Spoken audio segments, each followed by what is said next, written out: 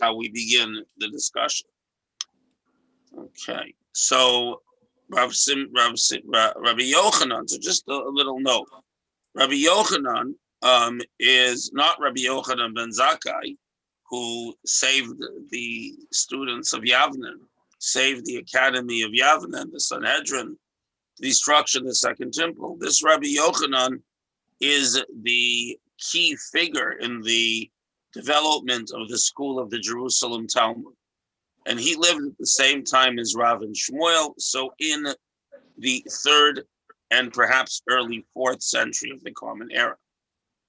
So Rabbi Simlai, also Lakamid Rabbi Yochanan. Simlai is from the next generation, the students of Rabbi Yochanan's generation. So he came before Rabbi Yochanan. And he says, Nislimar Sefer Yuchsin, teach to me the book of genealogy. Now, what is the Sefer Yuchsin? So there's an answer over here, a collection of teachings that form Medrash on the book of Chronicles. The book of Chronicles, which is the Divrei Hayamim, is a quick review of all the history from the creation of the world all the way to the end of the Babylonian exile. However, the book of Chronicles also contains a lot of genealogies, a lot of the genealogy of the Levites, the Kohanim, and the royal house of David. And sometimes the names there look similar to but appear different to what you find in the Tanakh. Sometimes there are contradictions. So there is a very extensive midrash that written by the sages of the Mishnah, untangling and explaining this book. So this is Rashi's position, and it is a very complex piece of writing. Another interpretation, another aspect of this is that this reveals which families are genuine families of Kohanim and Levian and so on. So a misinterpretation might cause a lot of anguish to people that it shouldn't. He says, so will you teach me the Sefer Yuchsin, the book that explains the genealogies of the book of Chronicles in the writings, the last book, according to many, of the Bible. Amalei of the Tanakh, he said, Mehechanat, where are you from? Amalei Milud, you're from Lud. Where do you live now? Benaharda, in Narda. So many people immigrated from Israel to Mesopotamia to Babylon during this time period after the defeat of the Bar Kokhba revolt and the movement of the Roman Empire towards Christianity. And ironically, as bad as it was under the pagans, once the Roman Empire became Christian, they made it much harder to live and to run the academies in the land of Israel. Omale, he says, I don't teach people from Lud or Nahardah.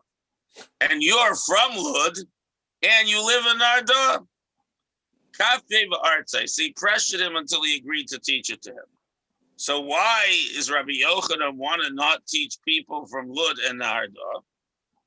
Why? What does he have against people from Yud and from Lud and Nahardah? It's a good question. He was a Democrat. No politics in our little shir.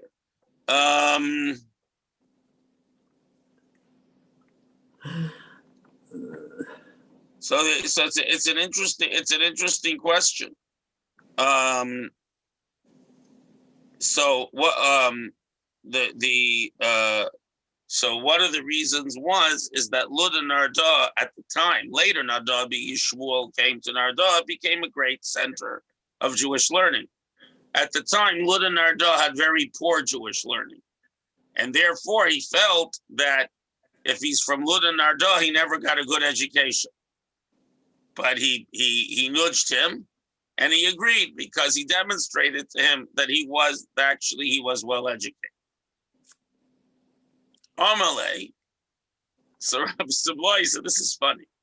Nisnaya Bislasa Yarche, teach it to me in 3 months. I'm here from Bavel in 3 months. My visa is for 3 months. I have a reserve ticket, on the business class camel back in 3 months. So teach me this all in 3 months. And it's very intricate. If you look at the Book of Chronicles, all the names and years and relationships are very intricate. Shakal Kola Patakbe. He took a piece of dirt and threw it at him.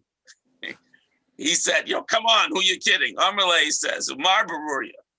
What about Bruria, who we met earlier? Tivitu, the wife of Rabbi Meir, Brate Rabbi Chananya ben Teradia. So she was the daughter of Rabbi Meir. She was the wife of Rabbi Meir, the daughter of Chananya ben Teradia. So she, in other words, had a very learned father and a very learned husband, and presumably was herself very learned. So Bruria was this great scholar, and she learned, and she had such a good memory that she once learned Tlos Mea Shmatza B'Yoma, Mitzlos Mea Ravusa. She heard 3, the Yarche Kala, when all the rabbis would get together. So she heard 300 different laws taught by 300 different of the students, and she memorized them all, remembered them all, and nevertheless, in 3 years, she didn't figure out the whole genealogy of the Divrei Yamim, and you want to do it in 3 months? I don't want to teach you. In other words, what's fascinating here is that Bruria is held up as the smartest tool, as the sharpest tool in the shed. Bruria was famously the quickest, the smartest person the rabbis knew of, and even she couldn't get all this intricate historical and legal information down and resolve all the contradictions. That's what the Medrash of Divrei Yamim does in 3 years. And you want to do it in 3 months. The premise was that there was no one alive who could hold a candle to Bruria in sharpness and quickness of acquisition. So this is very interesting. I thought they were mostly, she was respected because she had a temper and they didn't want to face her. No, she was respected. Just the opposite. How does Rabbi Yochanan get away with his temper? Because he came by it honestly. He knew his stuff. No, and Joe, that's exactly the point. That's why we learn Gemara, to take our preconceived notions, crumple them up, and throw them in the trash bin. It's very clear from this Gemara that Bruria was held up as the quintessential. There's a quality of being able to acquire and organize knowledge, the ability to acquire a lot of knowledge and organize it. And this encyclopedia kind of mind, Bruria, apparently, the sages saw her as the greatest. And the point being, she had a very bright father, and presumably Rabbi Meir married her because she was very bright. I think those interpretations are recent. No. The woman. What does it say? Rav Simloi, who's no slouch, wants to learn it in 3 months. Rabbi Yochanan chucks a piece of dirt at him and says, "Who you kidding?" And remember, Rabbi Yochanan had hundreds of students, and many of them are very great rabbis who are mentioned in the Jerusalem Talmud and the Babylonian Talmud. So why does he take Bruria as an example? Clearly, she was sharper than all of them. I don't understand how anyone could learn this differently at any point in the last 1,500 years. Subject close. She would have had to be the smartest, because how else did she learn? She didn't learn in a yeshiva. She didn't come in contact with the great scholars. Apparently, she learned from her father. Yeah, exactly. And Rabbi Chananya ben Teradia was a great scholar. I'll tell you a funny story. So I mentioned that it is my mother-in-law's birthday. So her mother was raised in the Soviet Union when all the Torah learning for children was underground, and they always had excuses why they didn't show up in school, and they hired a teacher. So as was the practice, the teacher was teaching Talmud to her brothers. So she used to sit in on the class, and when they would test them, she would know all the answers. She always told me better than all her brothers. Now, this is important because her brothers, her brothers were some of the greatest scholars that I knew of. So her brothers were very, very great scholars. I actually knew several of them, and they were amazing scholars. So if she knew it better than them, she was very bright indeed. Okay, anyways. So her husband was the Rosh Yeshiva of the Yeshiva in Brumois in France, where my mother-in-law grew up. So my mother-in-law's mother, the person we're talking about here, Tzivia. So she used to give the yeshiva students a good talking to if she felt they weren't applying themselves assiduously enough.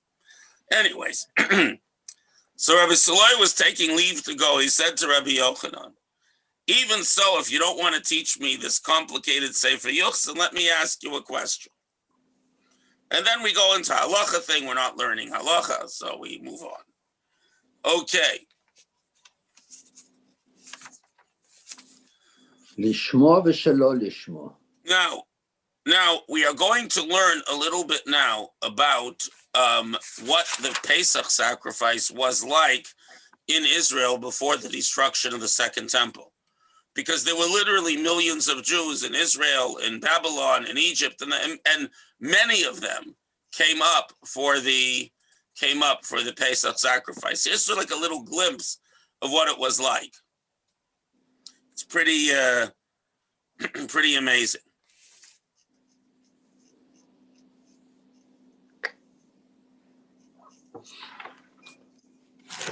Oh, we need 64. Hold on. 64B. Give me a moment. 64B. Here we are.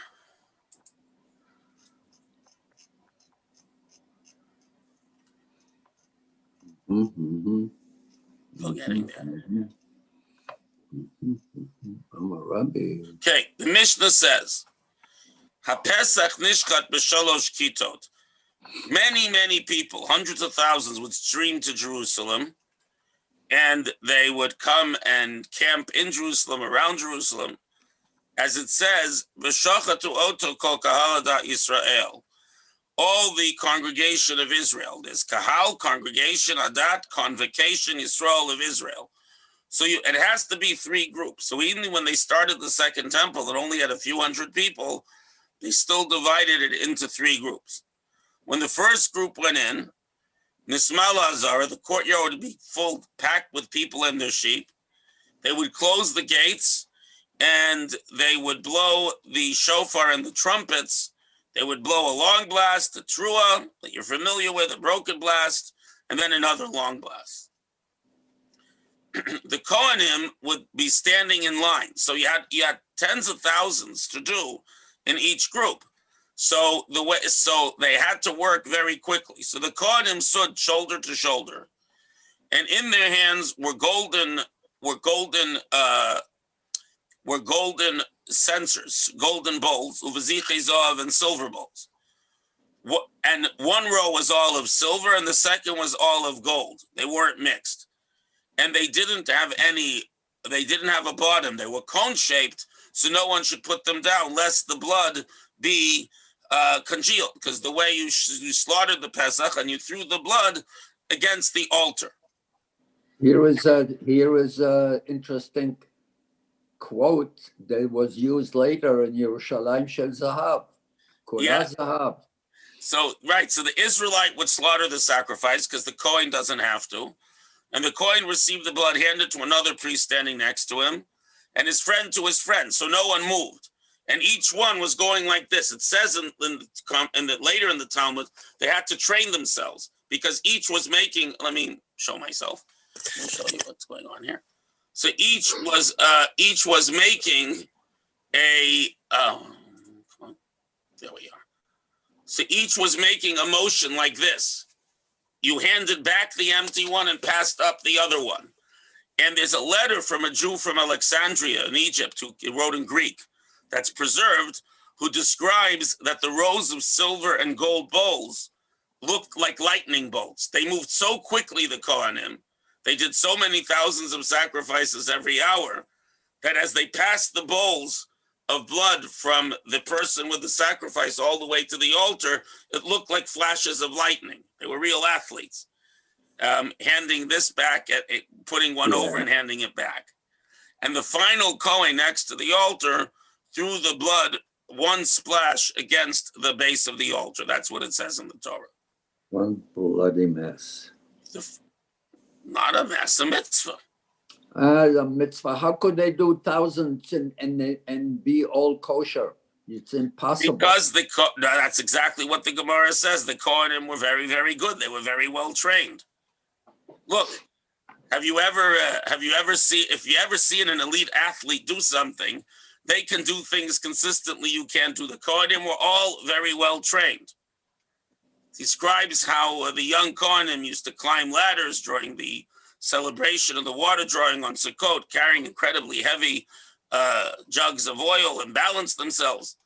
The Kohanim were very good. The ones who weren't good didn't get to. You do thousands of them, you become Joe, good. it was like the Super Bowl. Only the best Kohanim got to come on Pesach and do the job.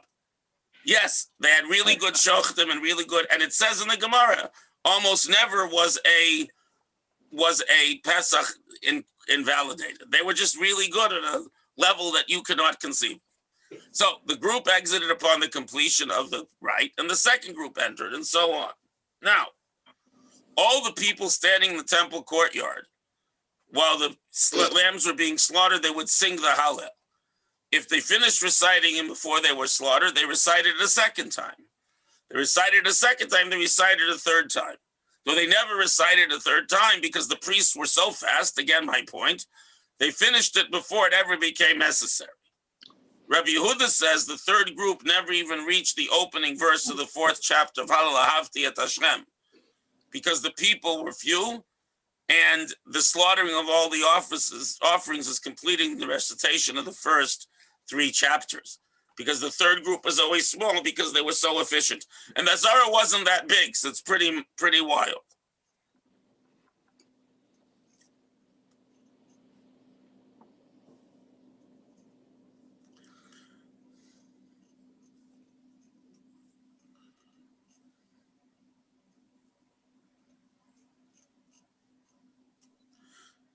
Here. No one was ever crushed by great throngs of people in the temple courtyard except one Passover, the days of Hillel, when an old man was crushed, and they called it the Passover of the crushed. But everyone behaved nicely, and there was no panic, and they didn't push each other. Now this is amazing. This is not long before the destruction of the temple. Agrippas the king once wanted to know how many Jews there were among the Israelites. Remember, the Jews came from all over the world. It wasn't just the Jews in Israel.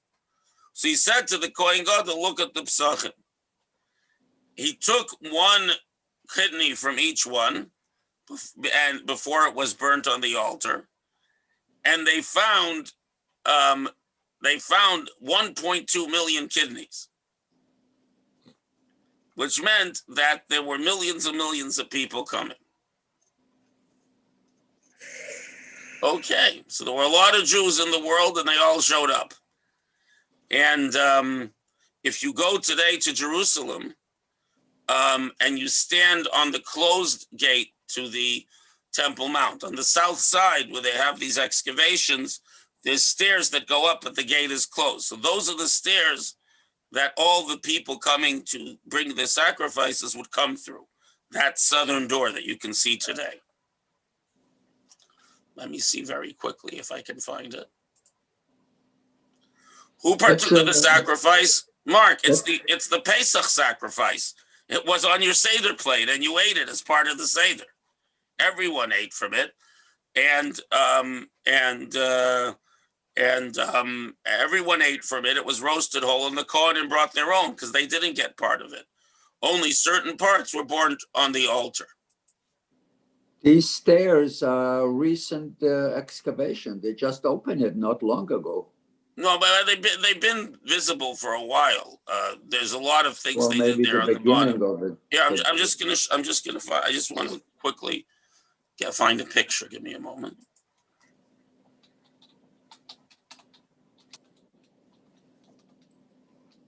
It's interesting because they probably were open to the open sky above, and now it's. Yeah, no, but I'm talking about the stairs that actually go to the wall. Here, 1 second. I'll show you what I mean. There's a southern wall. Besides the western wall, there's a southern wall.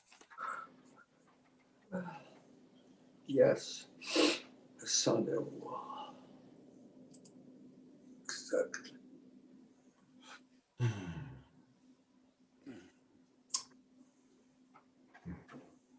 Southern wall, I think, is overlooking the. Yeah, here it is. This is how it looks. The cemetery. Yes, exactly. It overlooks Har HaZeisim. Here, so let me share. And all the buses. Yeah, 1 minute, yeah.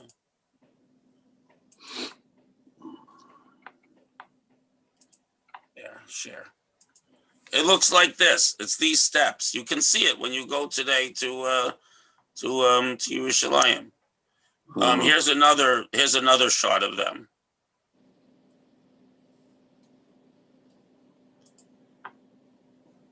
Okay, I was talking about something else now. Yeah, so it's sealed up, but you can see there. And this is what the people coming up to Yerushalayim used to see. There was once, this is a Turkish wall, or an Islamic wall, because the Romans tore down this wall. But you walk up these steps, and there are 2 entrances that are sealed off by rocks in the wall. And supposedly one of the entrances was just for people who were going up to the Temple Mount, and the other was used as an exit way. So you had people going up one and down another. Right, Lloyd. Yeah, that was Ophel and Hulda, I believe, on the south side. Yeah. Except apparently this was, and these walls were rebuilt at some point by one of the Muslim rulers, because by tradition the south wall was torn down, at least mostly, by the Romans. So, but they, I don't know how badly they were torn down. So they were reconstructed. Because if you look, you'll see that the stones there, I mean, you were here all the time, Lloyd, right? The stones look different from the Western Wall stones, right? Oh, yeah, and yes, definitely.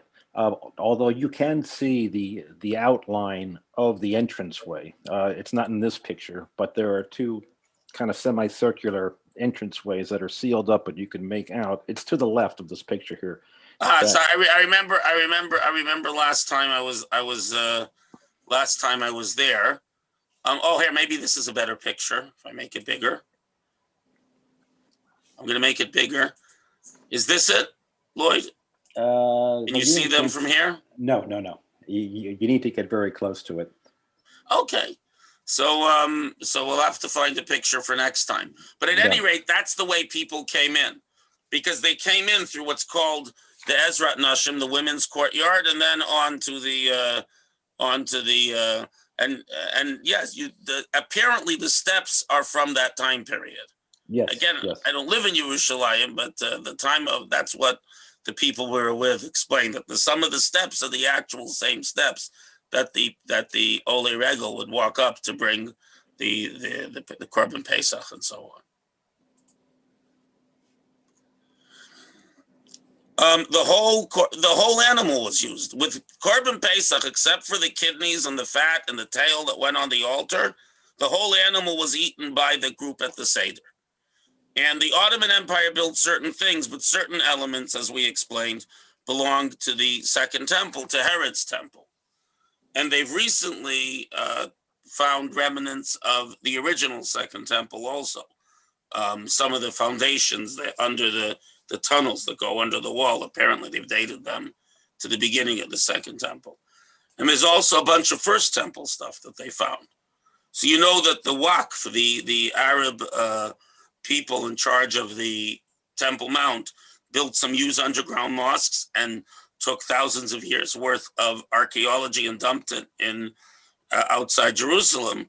And there's been a project going through that stuff, and they found some pretty amazing things, including apparently from early in the First Temple period, a piece of metal with part of the Birchat Kohanim on it, as well as a bunch of other things.